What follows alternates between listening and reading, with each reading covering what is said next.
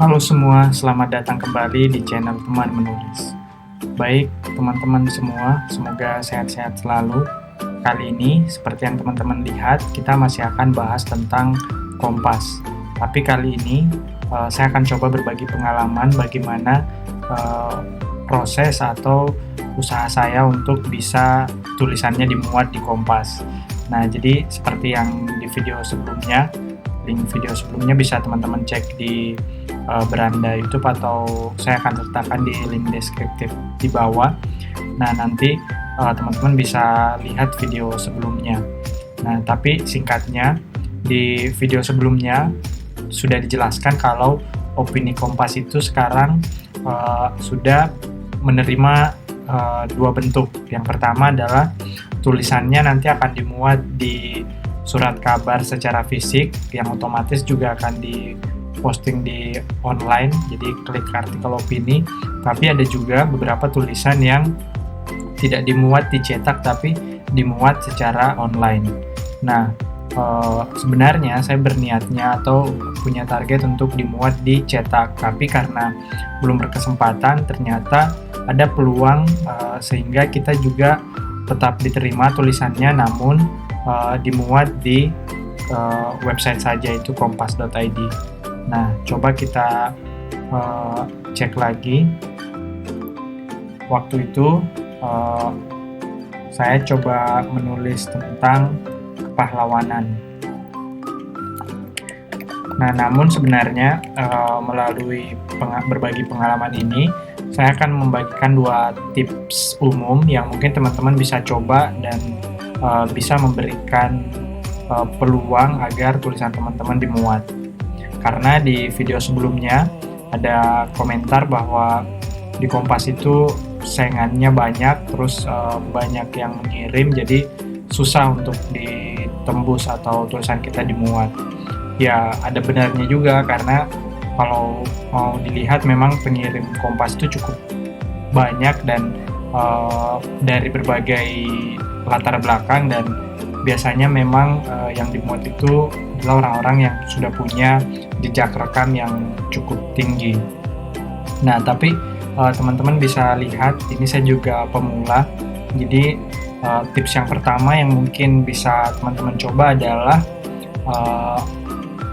silakan cari di Google atau di Wikipedia. Biasanya saya lihat daftar hari nasional.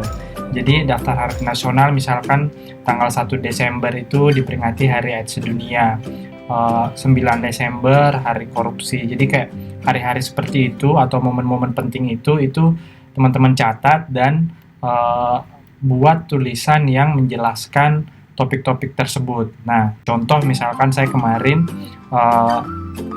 di Hari Pahlawan, ini 10 November tahun 2022, ini seminggu sebelum Hari Pahlawan saya sudah punya rencana bahwa saya ingin mengirim di Kompas. Targetnya Kompas cetak, tapi karena mungkin belum bisa bersaing, hanya diposting di kompas.id ini. Tapi setidaknya selama 1 minggu sebelum hari H atau 10 November, saya sudah mulai meriset, cari ide, cari topik atau cari sudut pandangnya seperti apa, karena hampir setiap tahun kan pahlawan itu selalu dibahas. Nah, di sini singkatnya saya mengajukan ide tentang pahlawan kolektif. Jadi pahlawan itu tidak selamanya tentang satu orang, tapi bisa bersama-sama atau dilakukan secara kolektif.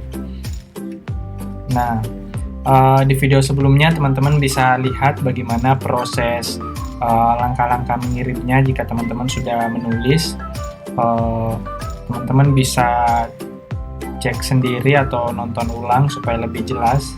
Di video kali ini saya cuma akan bercerita tentang pengalaman menulis saya.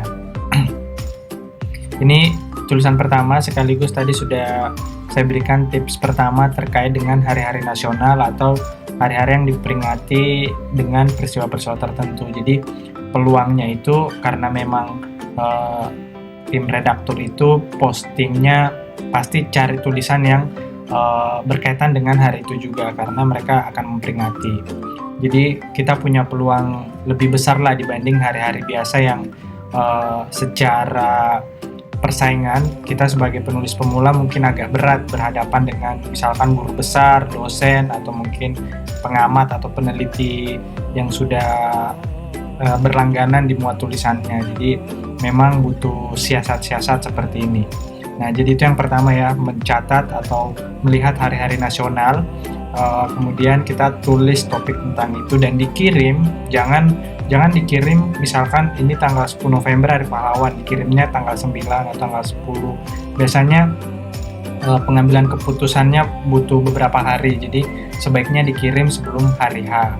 Atau kalau beruntung memang misalnya minus 1H atau pada saat itu juga, hari H itu juga, kalau memang beruntung dan ternyata tulisannya bagus, bisa jadi redaktur memuatnya di hari esok. Tapi sebaiknya, kalau saran saya sebaiknya dikirim sebelum hari H, 3 hari sebelum hari H. Jadi tanggal 10 itu langsung dimuat. Nah, saya kirimnya itu tanggal 7, 6 atau 7 lah, kisaran seperti itu. Nah, lalu tulisan yang kedua,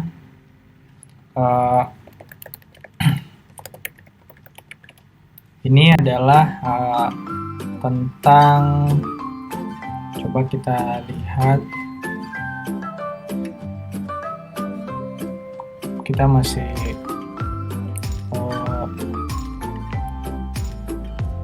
karena ini pencariannya beragam, jadi saya centang di rubrik opini, jadi nanti akan muncul di kolom-kolom opini saja.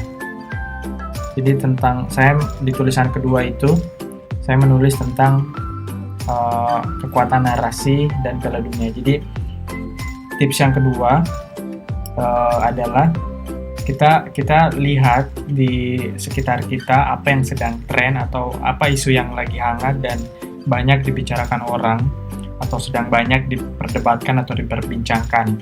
Nah, 4 Desember, kira-kira seminggu yang lalu, itu saya menulis tentang Jepang. Kan sekarang lagi musim Piala Dunia. Nah, di musim Piala Dunia itu kan ada satu tim, yaitu Jepang, yang menyedot cukup banyak perhatian orang lah ketika dia berhasil mengalahkan Jerman, kemudian dia mengalahkan Spanyol. Tapi sebenarnya tulisan ini saya tulis ketika Jepang berhasil mengalahkan Jerman.